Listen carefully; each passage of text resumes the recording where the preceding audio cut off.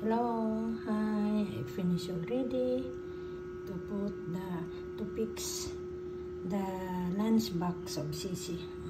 Okay, that one at least she has already good food to eat her lunch if she want breakfast again. That one necessary. But we have only that what I'm telling, that what I prepared.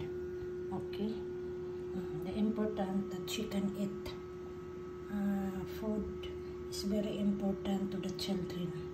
Okay, and now for the breakfast. Oh look, for the breakfast she finished. Oh, you see. Oh, I just give water again because I bring already the milk from here. Okay. So thank you again for watching. I wish that you was prepared also for the children, for the good food, especially if you go to the school. That is the most important.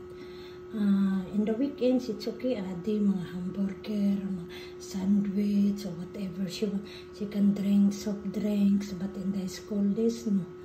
I make their strictly talaga to make asher or water and milk. Okay? Thank you again. Thank you. Keep it a smile. Kahit kayo pagod, keep it a smile only. And have a nice day to everybody. Nation.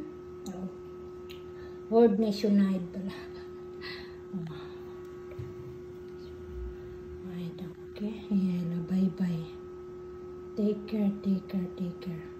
And God bless us all.